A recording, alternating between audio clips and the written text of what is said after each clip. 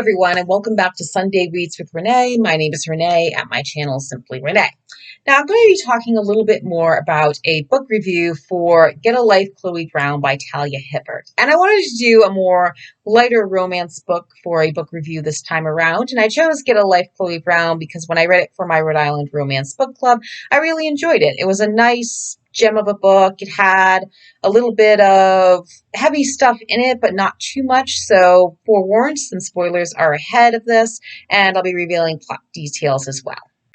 Now, Get a Life, Chloe Brown is a great book. I really enjoyed it. It was a nice romance novel, and it's written by an author named Talia Hibbert. And Talia Hibbert is an author who's written a bunch of different types of romance novels that have diverse characters in it for part of the hashtag Own Voices. And the hashtag Own Voices is a trend in order to make sure we get more diverse books in our reading, especially with romance novels.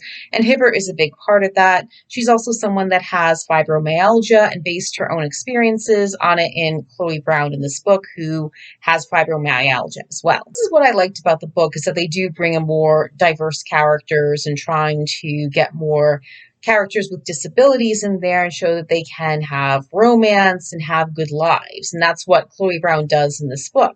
After being diagnosed with fibromyalgia, she decides to take chances in her life by doing a get a life list, which include a casual fling, a drunken night out, but finding her own independence. She moves out of her parents' home in order to have her own place, and that's when she meets a building supervisor named Redford Morgan.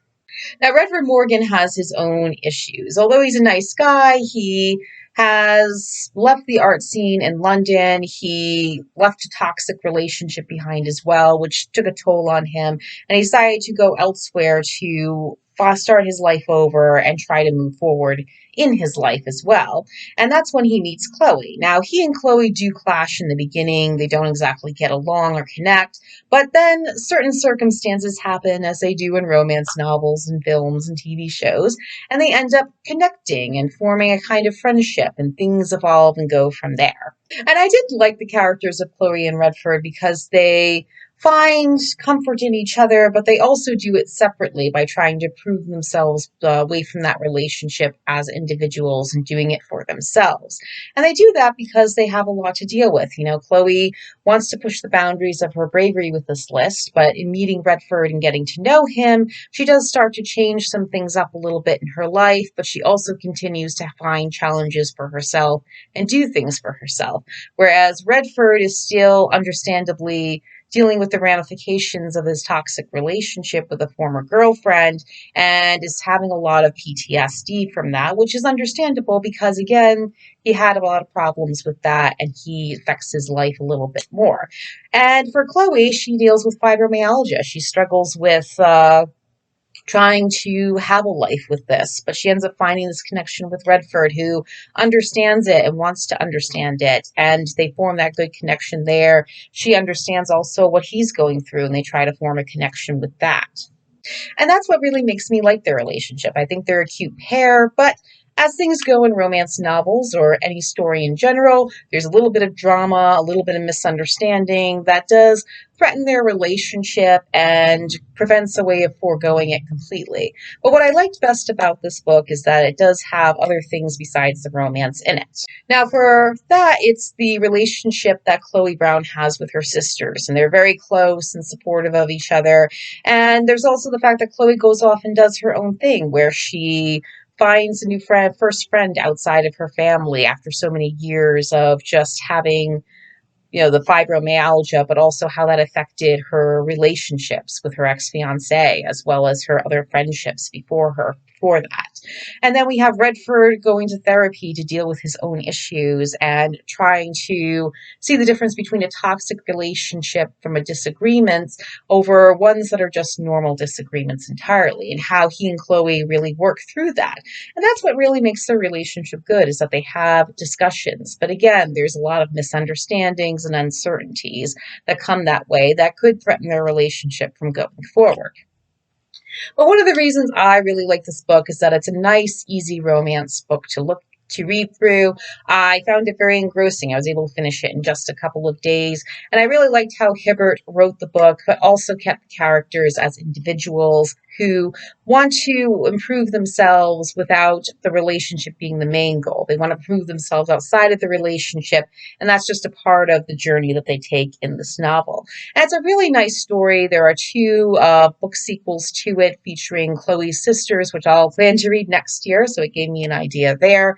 And I just really liked it. It's a nice, easy read. It's a good one to do. And I recommend reading Hibbert's other works as well because she's written a great bibliography. And I do appreciate that we have so many other books coming out for some more recent years where they're more diverse characters and even characters with disabilities in the romance genre and how they navigate that.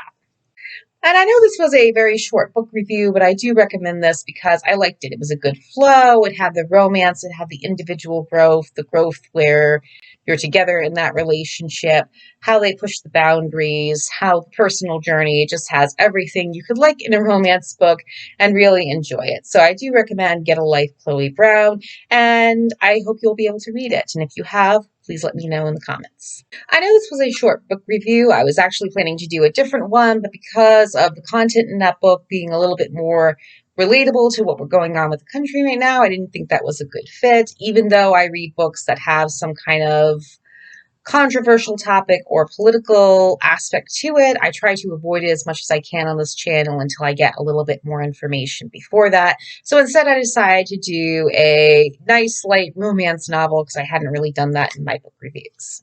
And I do recommend Get a Life, Chloe Brown because I really liked the book in general, as I mentioned through this video.